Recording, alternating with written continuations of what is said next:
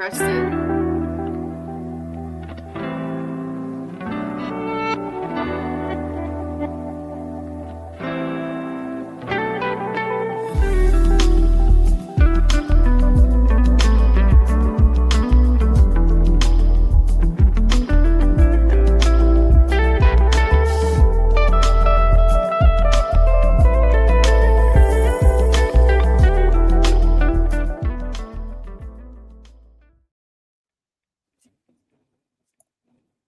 Good morning.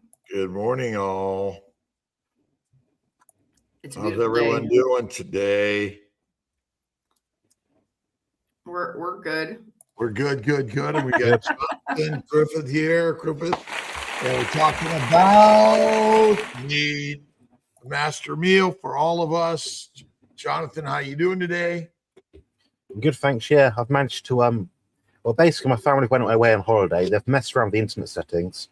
I managed to hook up my laptop to my phone, which connected to some external port somewhere. So I'm glad to be here, and I've made it, which is the most important thing. And it's very hot today in the UK. I don't know what it is in Fahrenheit, but it's 27 degrees Celsius or more, which for us is like, don't move or do anything, just sit in a freezer, basically. So yeah, all good other than that.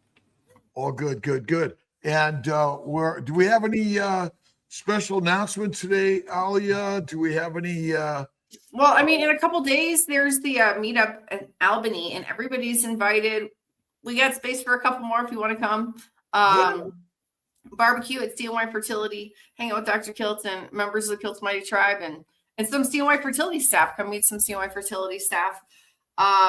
I've got some awesome coaches that want to coach you and want to have a conversation with you, and they're always available. So if you are interested in a conversation, what to do next, please feel free to sign up for a call. You know, I had a video, but I was trying to do a different video. So I wanted to do an education video, but I'm trying to see which one I like the best. Well, give us a short video. We'll get started, and we'll get Jonathan talking about his journey. Yeah. It's just taking a second. All right. Yeah, the fertility stuff's new. I'm kind of predicting over the next 2 years as the carnivore space grows online that you'll get a slightly younger demographic. So rather than like the typical 50, 60 plus, we're going to get more 20, 30-year-olds that are more inclined into looking into fertility and not just the health side of it, you know, the actual recreation, the human side of it, you know. How young are you, Jonathan? I'm 30 years young. And I'm 70. I've lived a few lifetimes, probably like you, so yeah. I'm 70, you're 30, and we're all young, mind and body. And how long have you been carnivore? 6.5 years at this point, so awesome. A little while, yeah. Okay, we're just going to go. We're just going to continue with Jonathan. This thing is not popping up like I wanted. All right. Let's go. Jonathan, tell us a little bit about yourself, what you suffered from, why you went carnivore, and the benefits you've seen. Sure. So what I've suffered from. So I've had quite large or significant health diagnoses, for what it's worth, over my whole lifetime. I've not really had a gap where it's been like, oh, you're this diagnosis XYZ, then nothing's gone wrong.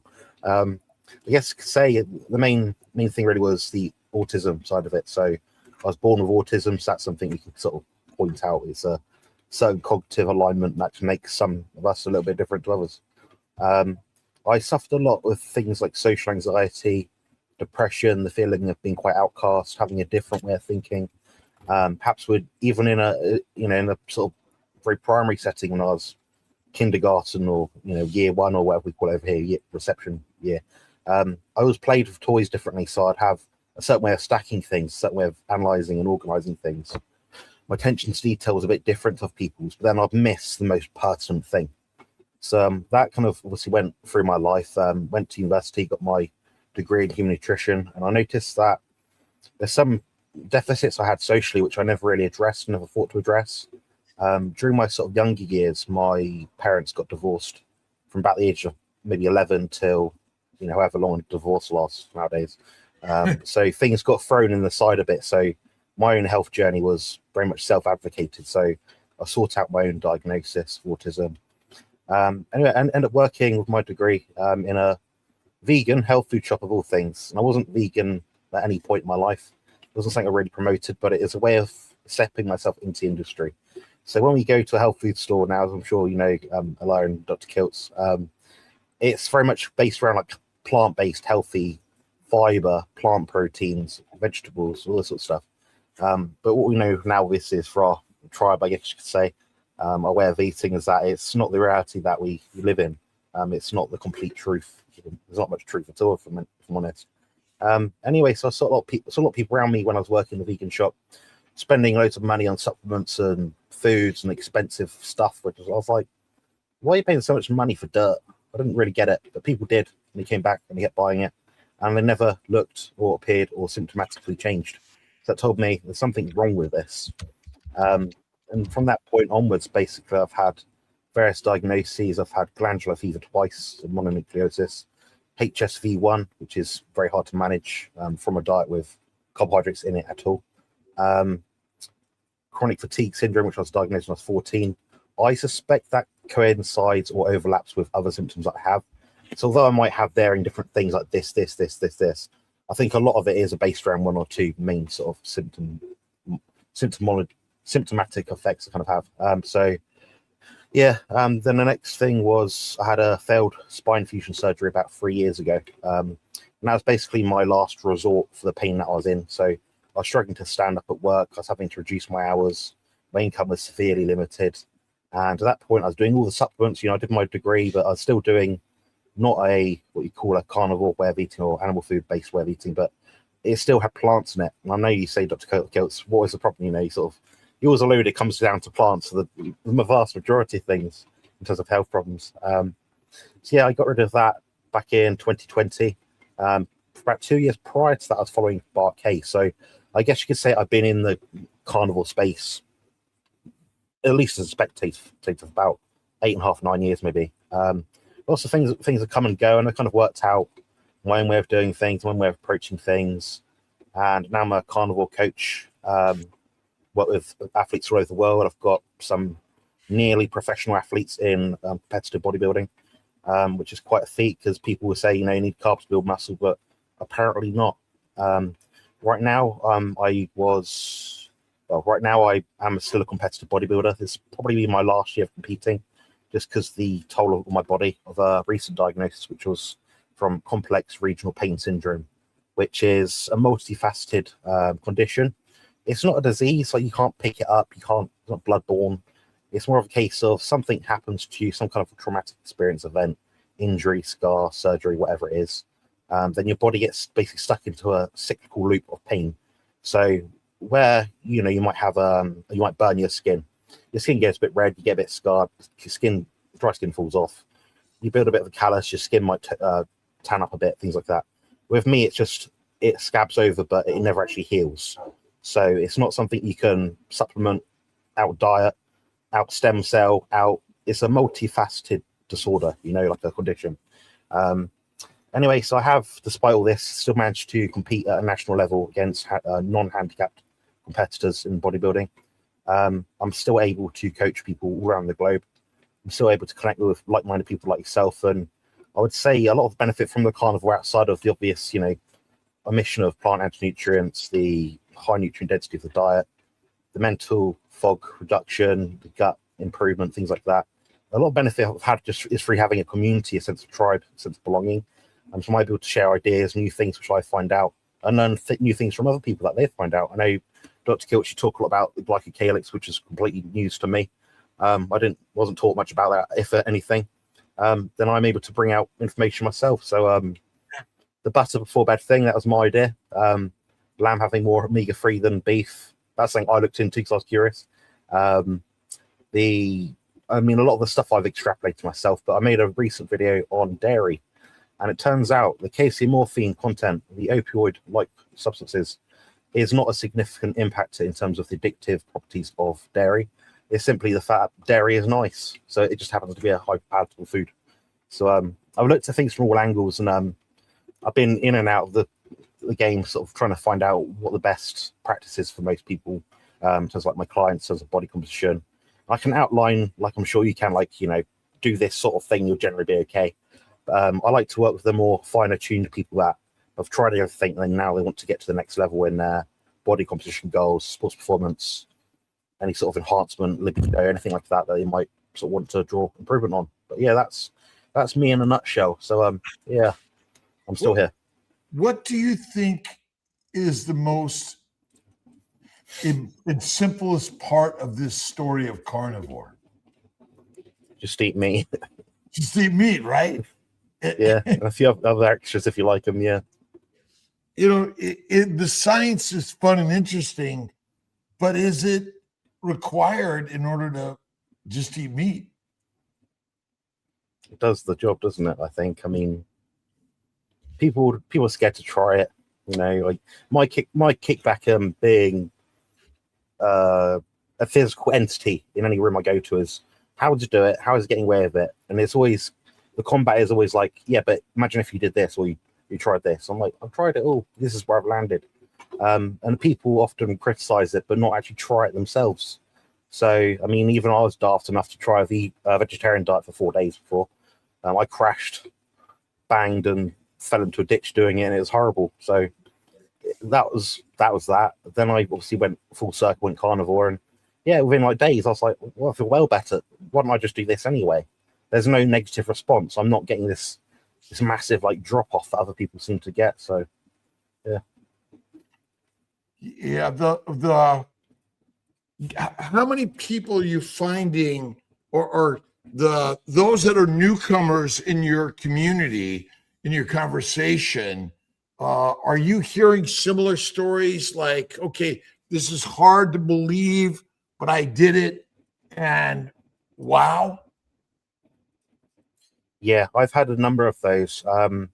Even with like the most seemingly meaningless or insignificant change or intervention. For some people, it's a case of, you know, splitting up their meals from 1 to 2.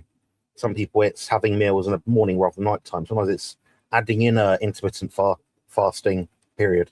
Something which just lets people get to a diet and be adherent and consistent is the key.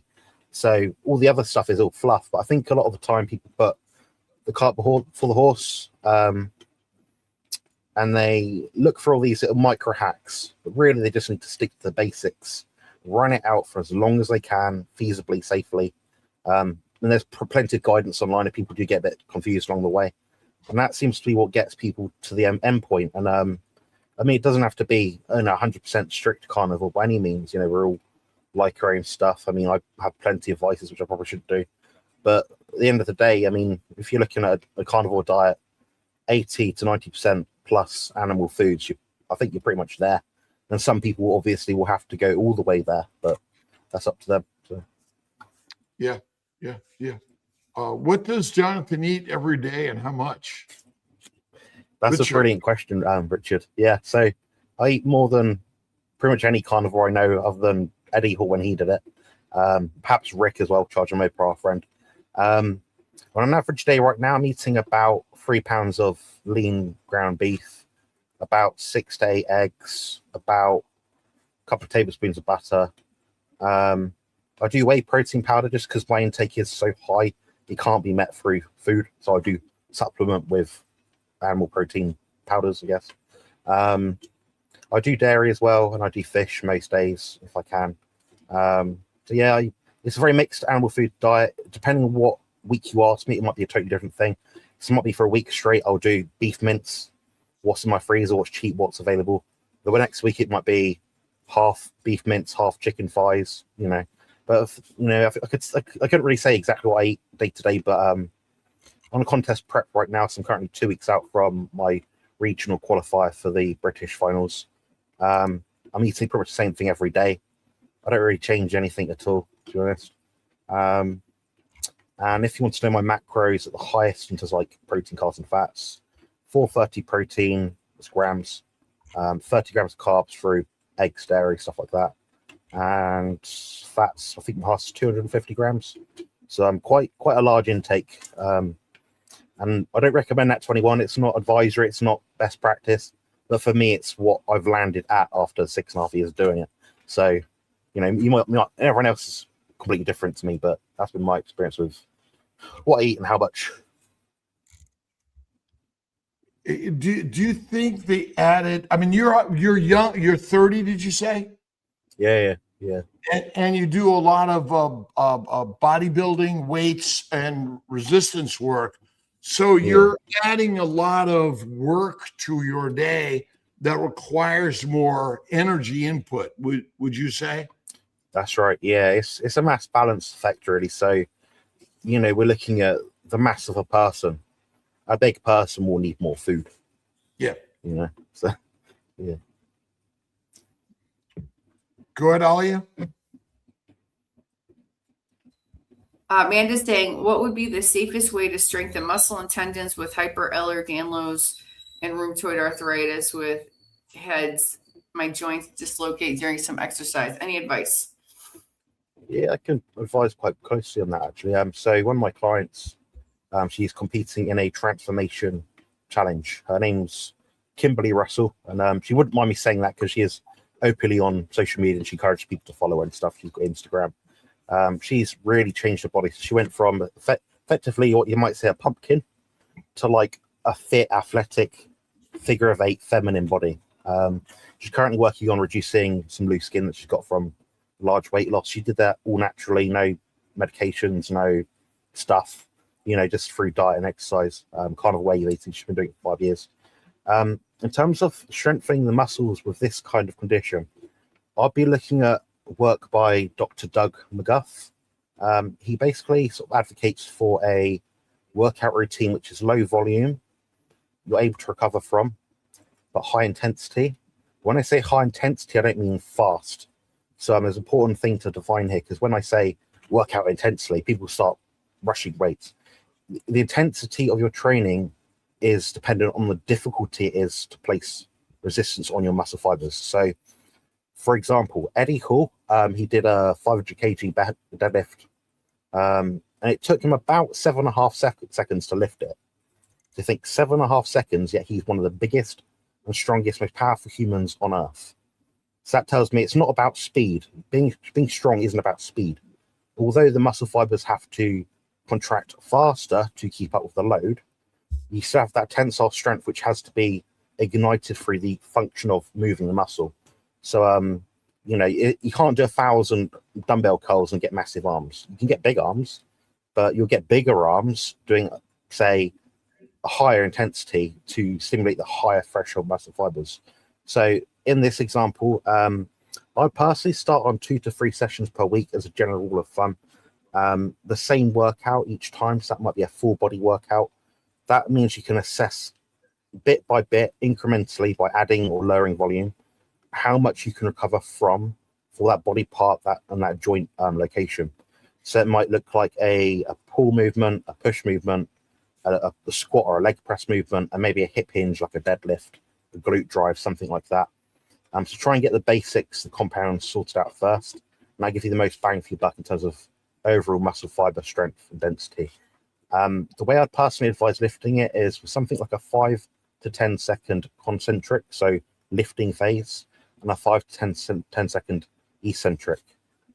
What I'd also suggest in your position, Amanda, is if you're doing something which is risky, so say you have the condition is very concentrated in your shoulders, perhaps that's an area you dislocate a lot in. So rather than doing a shoulder press and just going all the way up, you might just do it so you have a slight bend at the top. Therefore, the resistance is kept on the muscles and not just put directly through the joint and bones and tendons. So you'll still get the benefit from training that muscle group in that area, but not risk the point of overcompensating by that joint kind of arching over or dislocating sort of thing. And you might just start with maybe 2 sets per exercise. So you're looking at, 30 sets per week maybe, and that's going to take you about 40 minutes a session. I'd say 40 minutes, 10 by 10 by 10 full body, with a slow cadence lifting profile. That's probably what I'd suggest in terms of exercise, but I couldn't say what exercises because I cannot see you.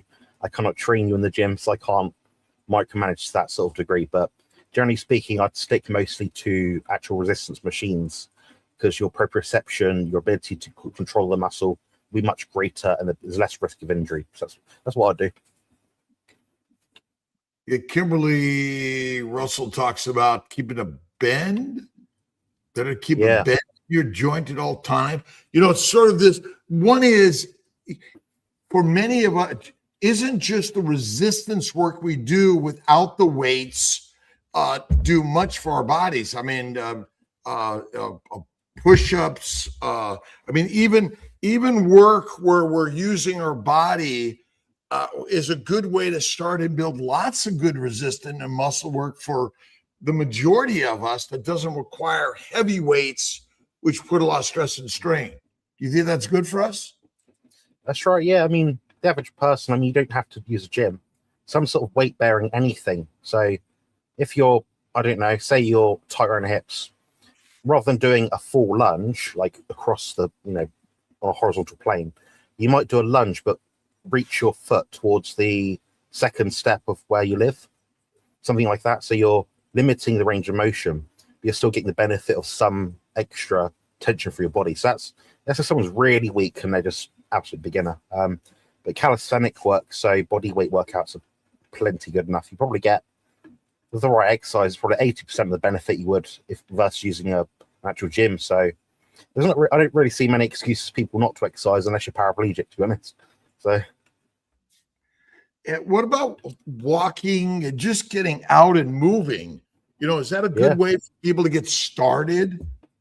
That's the best way, if I'm honest. Yeah, I mean, when it comes to improving bone density and reducing osteoporosis and conditions like that, you only have to put a bit more load for your body to actually stimulate osteoblasts to develop bone tissue. It's not a massive amount.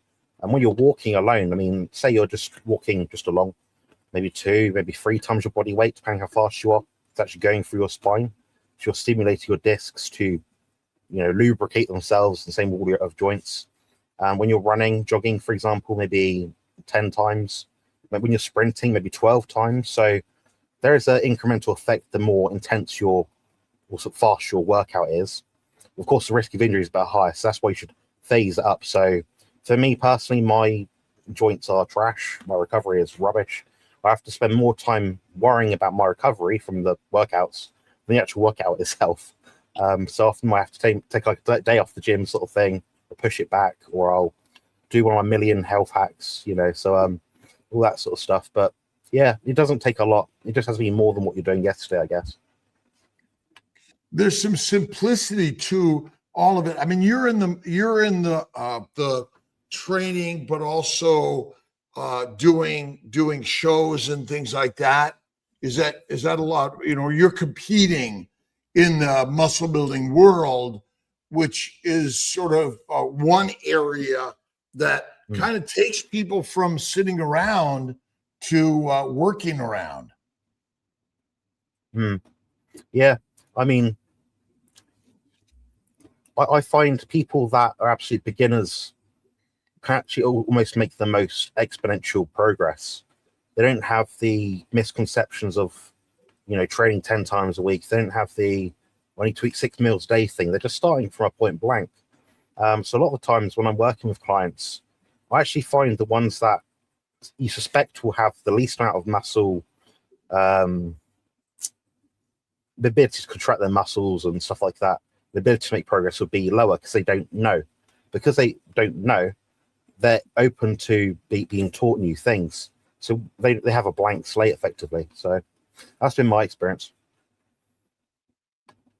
So pretty much anyone should begin to do some motion and some resistance work, even if it's lighter weights versus heavier weights.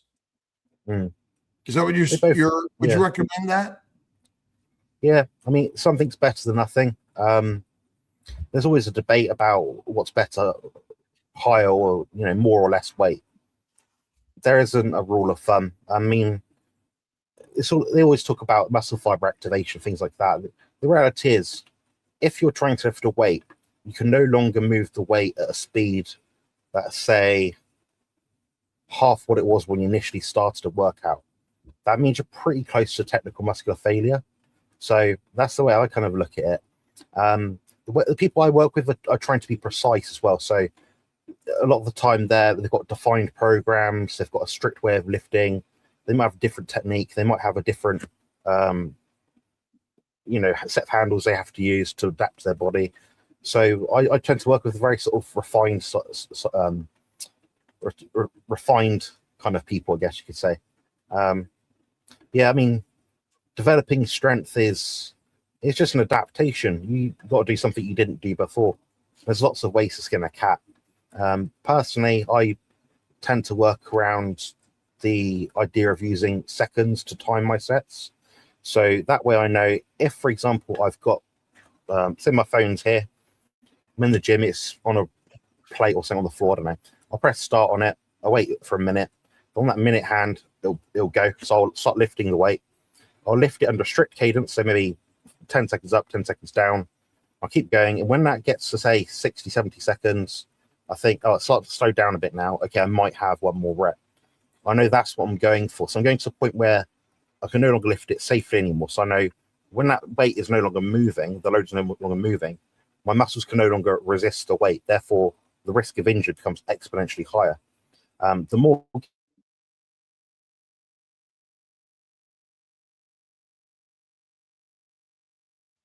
I'm sure he'll be back in a second. Oh.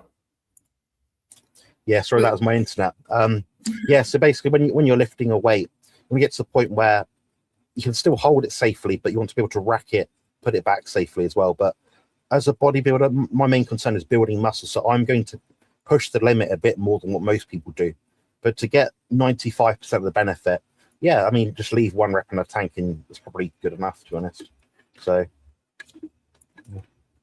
even just right. weights at your desk at work. I mean, I work at a stand-up desk. I sometimes will sit, but mostly stand. And we're just too comfortable, I think. We're not giving our body even the ability, again, we talk about bend those knees, bend those arms, use the muscles, but I do a lot of balancing work where I'll just stand on one foot or something like that. And I think that's something that so many people have been sitting in a lounge chair for too long. Mm-hmm. Yeah. Move. You remind me of my dad in that sense. He's if we're at the local Aldi or Lidl, he'll be like on one leg doing like squats, holding onto the rail when we're doing like the checkout. Right. He just does it. He does it naturally. He just does it naturally. He'll go on his tiptoes, or he'll lunge down randomly in the car park and do his shoes. But then he'll do the other side as well, just because it's just the one shoe. So. We got some more questions. Let's see. I clicked on that one, but we got some other ones. Richard, it would be interesting to know Jonathan's glucose levels are during and after weights. Yeah, so baseline level before weights is usually about 4.5. Depends on time of day as well. Afterwards, it's usually about 6.5. So what happens is you think, oh, my body's burnt up glycogen, therefore why is my blood glucose going up? Well, it's an anticipatory mechanism by the body to allow energy to be produced from the liver, push into the bloodstream to be used. If all of a sudden I've done my 1 hour workout, whatever, then you might go for a run as well. So let's prime him for that just in case. But that's my blood glucose levels. All right. Let's see. Jonathan, what is the best kind of exercise for bad hips? I've got terrible hips. None of them. It depends on the pathology of the structural issues you might have. So some people might have bone spurs. They might have nerve impingement. Before saying you have bad hips, I know you're saying the pains in your hips. Is it referred pain? So I'll stress the idea of, from someone who's been there and done that, make sure you get the right diagnosis, the CT scans, x-rays, MRIs, whatever it is, to make sure that it's not something that which you could be making worse. In terms of bad hips, you're looking at some kind of abduction exercise. So maybe lie on your side, raise your leg up, like a V sort of thing. Adduction, so bringing these together. So you might get a basketball, sit there, squeeze your knees together, squeeze a basketball. That will develop some muscle in the inner thigh. You can also do some kind of hip raise. So, if you hang from a bar or you sit on the edge of your chair, bring your knees up towards your chest, sort of thing. That work your hip flexors a little bit. The other one is obviously the rear side, so that's going to be your glutes. So you might do a hip thrust. So think when you used to be in school, maybe in gym class, you might line your back, bend your knees, and just raise your hips up towards the sky, sort of thing. So that's sort of the general home calisthenic things you can do. It can get more complicated than that, but I'd just stress not to do things which cause you a lot of pain. Start off maybe with a static movement. So rather than actually move the joint in and out, just test it out first, see if it gets really inflamed. So do the hold with the basketball, do the hold with the opening of the clamshell, do the hold with the hip thrust, that sort of thing. So yeah, that's what I'll be looking at personally.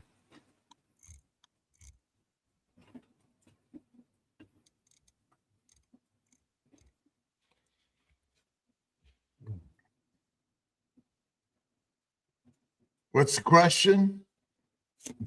Dr. Kilch, do you use AI apps? You did. Are you using apps in the medical practice?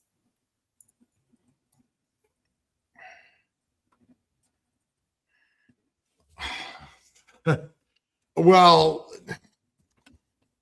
we have EMRs, but no, not. I mean, we certainly use AI to ask the questions of the content of a lot of the studies and medications and things, but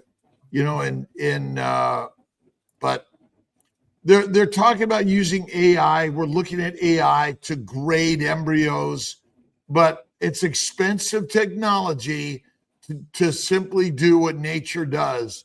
We're not capable of grading things very accurately, in my opinion, when it comes to science. We're very biased. Mm-hmm. I don't know which embryo is good and bad. I say all of them are capable. Jonathan, you talked about autism spectrum. Do you think that a plant-centered diet might be a factor in affecting us to be less normal and more in the outer reaches? The outer reaches. I wouldn't even say I'm in that reach. I'm in a different universe, my friend. Well, okay, yeah. all right. Ben? Yeah, I know what you're asking. Yeah, sure. So I looked into this, obviously. There aren't studies. I can't say there's a carnivore study which says this. I can say ketogenic diet studies can show improved energy function, improved mitochondrial activity in the brain. I can say a high ketone diet is better for inflammation rates to the brain. I can say different cohorts in studies have been sort of looked at, I guess, and they found things like salicylates in particular are very bad for people with autistic spectrum disorder. They tend to have a lot of epigenetic markers, I guess you could say, that kind of suggest a lot of plant foods aren't helpful. Perhaps the MTHFR genetic gene mutation. So it means they might require, I don't know, more B2. And you get more B2 through a lot of animal foods, such as riboflavin.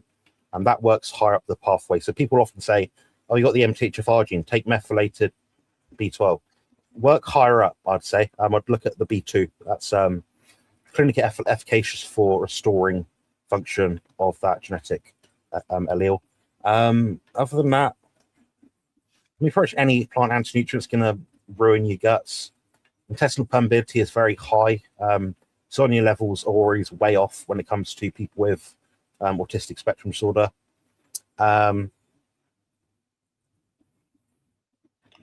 Taurine is very effective as well as a supplement which is in animal foods. Carnitine, creatine.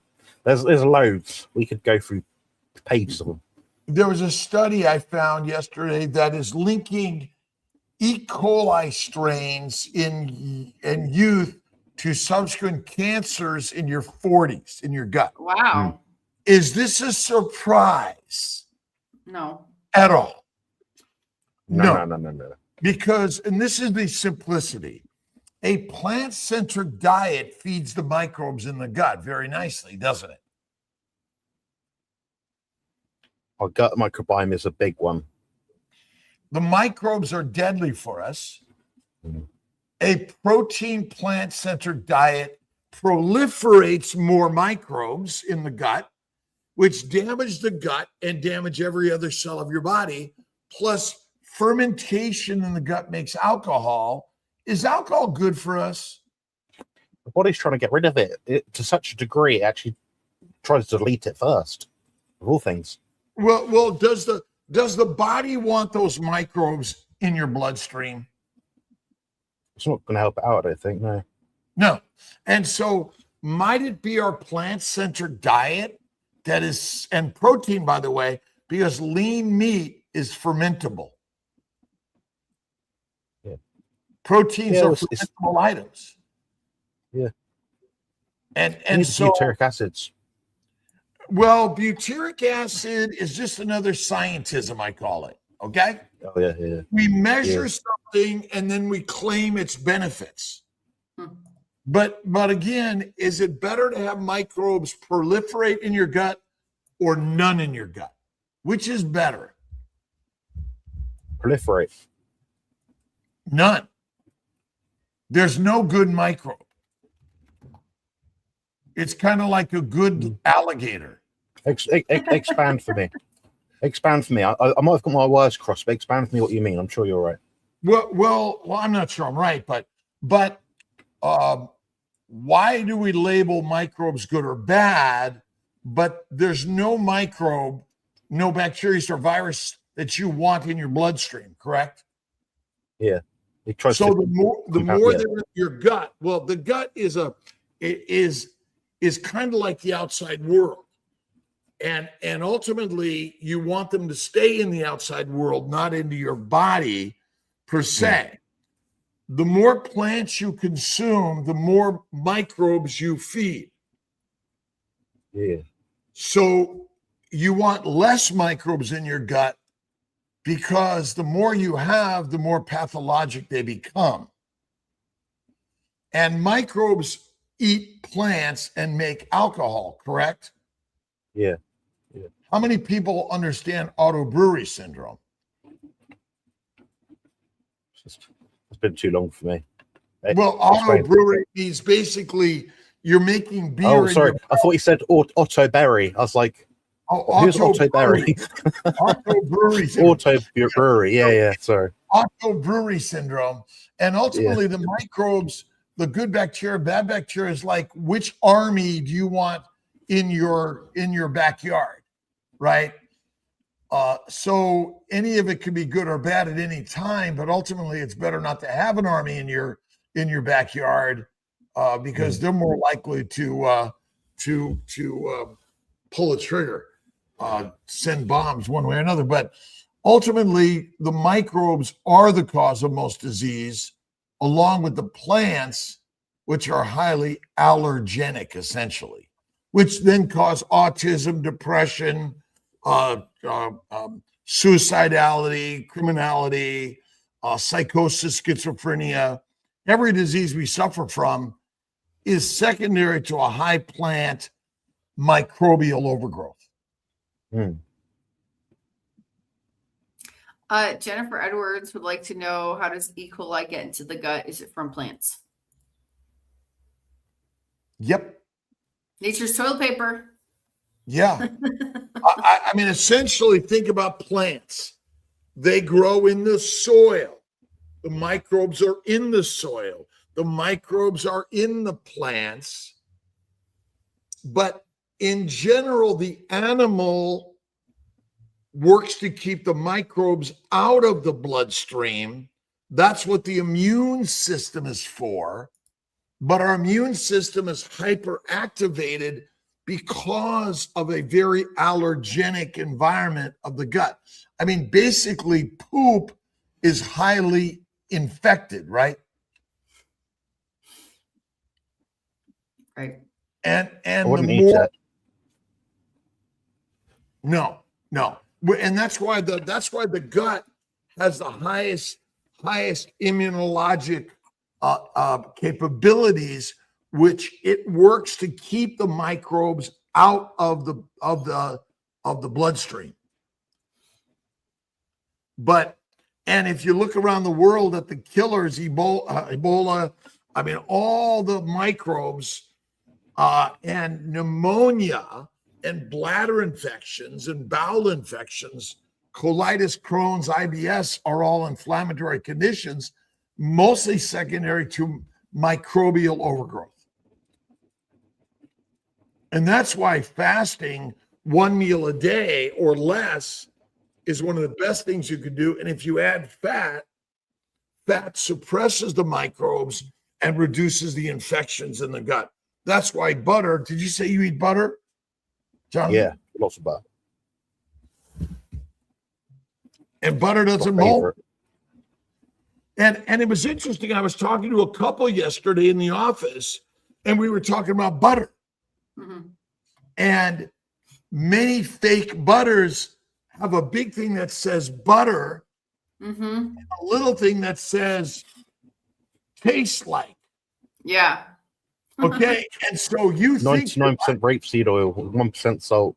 Right on. Yeah. You think you're buying butter because it's a big thing that says butter, but it says tastes like.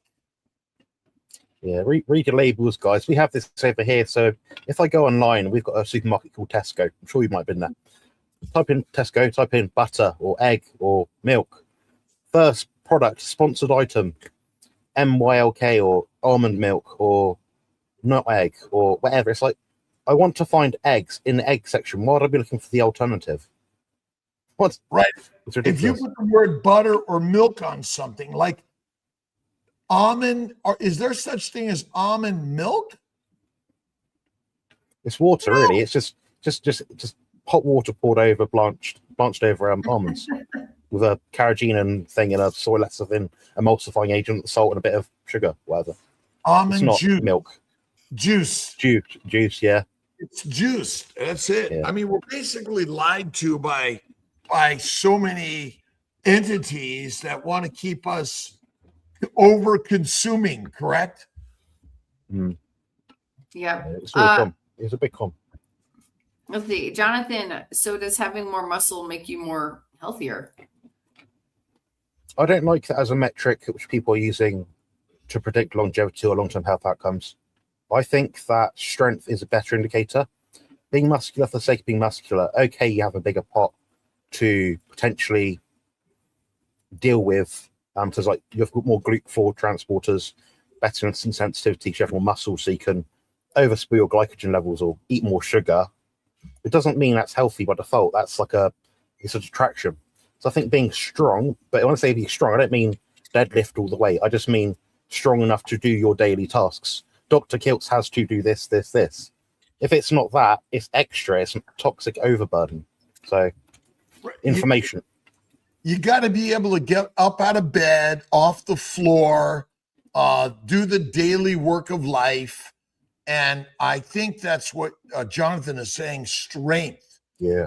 And you don't have to be the big muscle person, but you have to use your muscles. And interesting, this is where I think obesity is maligned where it should not be. If an obese person simply goes carnivore in 1 week, they will clear up so much inflammation, they will feel better. And wouldn't you say, Jonathan, that even whatever your size is, you can get to the gym and begin to do the work, and in a week, you'll already feel better? You'll feel better because you're not, I mean, say you're just chronically overeating and doing any diet. If you create a bit of a buffer in your muscle cells to tolerate a bit more sugar, which is going to be pro-inflammatory, then yeah, you're going to feel better anyway, irrespective of what your diet following. It's not it doesn't cancel out a good diet. I mean, a good diet, I would say, is probably more important. Yeah, I'd certainly agree. And so everyone can do some body building, muscle building, strengthening work. Is that right? Everyone wants to be a bodybuilder, but not everyone wants to look like one all the time. And we don't need to, do we? Don't need to either. No. Yeah. I mean, can we sit in a chair and do some simple resistant work to begin the journey to feeling better? Yeah, I certainly think so. What Chair is your aerobics. what is your site that people can find you on? Carnivore-muscle.com. I do coaching, consultations, diet plans. I've got loads of ebooks. Pretty much a one-stop shop, I guess you could say. So yeah. Susie would like to know if ADHD is considered to be on the spectrum. I think the spectrum isn't individual to just neurodiverse people. I think we're all on the spectrum. We're This all means on the our spectrum, colours show right? differently. Are you on the spectrum? Well, you're not if you're not born or dead, right? Yeah. But whatever that spectrum is that what, right, Jonathan? Yeah, it's we all have our different idiosyncrasies and things which we learn, we develop, we're born with. We can adapt some of it, but that's what makes us unique. If we're all the same, it's not much fun. I mean, I'm very effective at what I do because my skill set, my natural innate abilities are good at that. Now, ask me to change a light bulb, no chance. Ask me to drive a car, I'll ram it around the next door neighbor's window. You know, I'm not good at those things. Leave me to a task on my own, I can excel at it, but with things, lots of distractions, I'm no good. So we've all got different strengths. Yeah. And we're all, and that's the beauty. Judge not lest you be judged, or judge with love. I mean, we're all perfect in the eyes of God, no matter who you are. And we're not all working to be at some, like we should all be Jonathan. We should all be, whoever you are, be you, and have joy of that journey, right? Yeah, definitely. Yeah, don't do what I do. I just do it because I'll let you guys into a bit of an insider info, because you think, why would this guy with these seemingly terrible conditions go through bodybuilding, put his body through that? It's because, one, I love to do it. Two, it gives me a sense of pacing, sense of self-control, keeps me on track with my health so I can monitor that alongside it. Gives me a sense of belonging. I get a pain inhibition effect when I'm training, but also because right now I'm not in a position where I could say my condition will get any better. It's more likely to get worse, but I do have some control about what rate of degradation I get. So in my eyes, if I can achieve what I want to achieve, at least then when I'm 60, 70, 80 years old, maybe stuck in a chair, whatever it happens to be, I can look back and think that this guy actually did it. He actually wrote his name and stamped it. I took receipts, paid my bills, put in the work, paid my dues, and I get to be rewarded at some point. And it's important to have passion. I think a lot of people don't have passion. And doesn't mean you have to be bodybuilding. If you get up the stairs a bit quicker than you did the day before, brilliant. It means you could spend more time with your missus. That's what I say. Should we get some more of these? Yeah, we're getting some really fun ones. Come on, let's go right down the list, Alia. Okay, Boom, let's boom, see. boom. Boom, boom, boom. What exercises do you recommend for seniors to begin to move more? Karen in kilts. Follow this, Elderly. gentleman. Just start dancing. Dancing's good. Walking the dog, getting up and down the stairs. Wall sits, push-ups against the wall if you can't do them. You can do like a towel row. So you can literally get a towel around like a beam or something. Just put it towards you. That'll work your upper back muscles. There's a million things you can do, to be honest. So. Keep going. I want to see a kilts inspired workout one day. Oh, good. Cool accent, Jonathan. So how much do you deadlift? That's a very cruel question to someone that's got a failed spine. I can do, the most I've ever done is 250 kilograms for 2 repetitions with perfect form. Next. So 570 pounds, something like that. Oh, okay. What are your thoughts about coffee? Some like it, some don't. Most don't really care if they have it or not. I think it can be helpful for some people in acute situations. but I think it does bypass the body's natural signaling responses to the symptoms that they present. Meaning, if you're tired, people say, I'm tired, I'm going to have a coffee, I'm going to have an energy drink. Really, your body's trying to tell you, slow down because something is too high, too much. So I'll be more inclined to suggest people from a best practice nutritionist standpoint to follow your body's intuition and signals. But I understand sometimes you might have to get up for work early, have a cup of coffee. It might not break the bank. It can deplete some levels of B vitamins, and it can almost chelate magnesium to some degree in the body. To a massive degree, maybe not, but I'd just be mindful of it if you are dealing with any kind of issues which are high stress, which might be depleting more vitamins and minerals than what you would otherwise. It's called life. Mm. High stress life. That's it. Dead people have no stress. Stress is good. and resistance work, right? Yeah. Are microbes the same as microbiome? Microbes the same as the microbiome is, I guess, the petri dish, and the microbes are the things that go in it. That's my rudimentary understanding. Is that right? You have to have microbes to have a microbiome, and so it's massive microbes or the individual microbes. This is for Dr. Kiltz.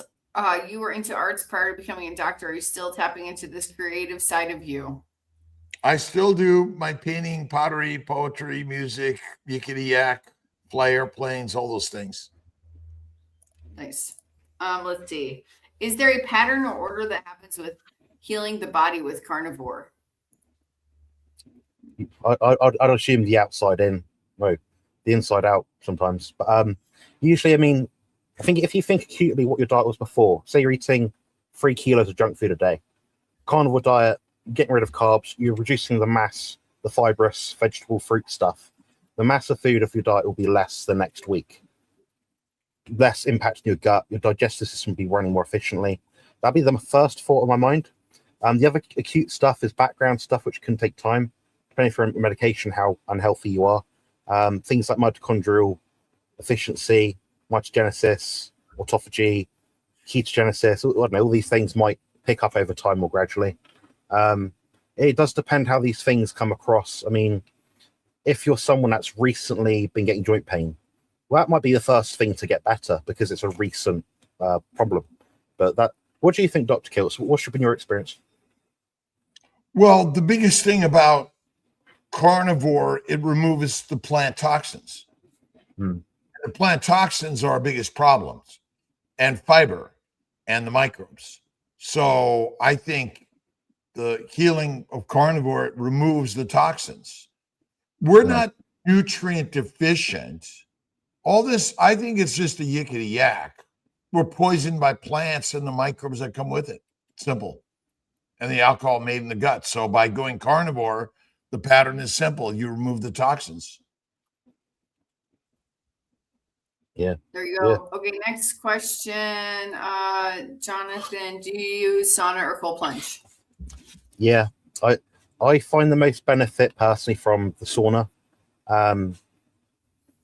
Stimulates nitric oxide production, improves blood flow to peripheral tissues. So if someone has neuropathy like me, my sensation, because I got buggered central nervous system basically. So my sensations are very odd. They don't match what might be normal for someone else. I notice I sleep better on it. Digestion's always better as well. I like to pair that with infrared or red light therapy. Cold plunge I like, but I think it is more reserved for people that are already in a position to do it. So if you've got compromised immune system, it's significant stress to the body, elevated heart rate, then yeah, maybe not. Maybe just add it in small intervals, but just maybe to start with a cold shower, then a cold plunge. Cold plunging is useful to about 11 minutes a week. I've found the cutoff for me is about 8 or 9 minutes per week, split between 3 sessions, ideally not on the same day you do resistance training. A lot of the benefit is actually emitted if you go from cold to hot. So just make sure when you do these sort of things, you finish on cold, because that's when the expedited mitochondrial benefits seem to happen, when you're actually heating your body's core temperature up through brown fat activation. I'm more of a fan for sauna personally. That's what I rate, but that's me. Nice. Last question. Lions Danville podcast working on currently this morning. Listening to Jonathan is amping me. Keep going. My question is, why are you so awesome? Standing on the shoulders of much greater men, and I've got 3 rules for life somewhere. So if you bear me a second, I'll just try and find them. But it's in like 3 seconds. Do you have a favorite book? Oh, I don't read books anymore. I read articles. I got 3. So this is 3 lessons for baby Jonathan. So if I go back in time, learn from others' mistakes, cast your own shadow in life, never walk in others, and the last one is work smarter, not harder, as the journey is just a means to the destination. My words of wisdom. So what is do you have a favorite author or inspirational person that you've learned from or you follow? I've had quite a few. My brother inspires me a lot. My girlfriend Jo inspires me a lot. My community inspires me. So I don't really have idols in the sense of I idolize this author, this celebrity, because sometimes when you meet these people, it might not match what you kind of perceive of them. You feel like you're leaving yourself in a position to be let down. But I mean, there's lots of people, Bart Kay, Dr. Sheafy, yourself, Harry Sopanos, people that have kind of been in a position where they've overcome things, they've surpassed challenges and made their own way in life, and often with strong opposition. I quite like that. What's been your greatest challenge in life? I would say finding the strength in community, and remember that is so basically on the 27th of March last year, I planned to end my life. I was in a position where I didn't have the support I needed, didn't have the help, and recently was diagnosed with the pain condition, and a lot of my prospects in life seemed bleak. And sometimes I do go through the same grieving process that a lot of people do when they've got an illness. Granted, mine isn't terminal. But that's kind of taught me, I've been put in this position by whatever greater being, whatever spiritual mojo stuff we want to say, to do something unique. Why else would I be put here? Just to suffer? It doesn't make sense. So my kind of idea of life is to find meaning of life now.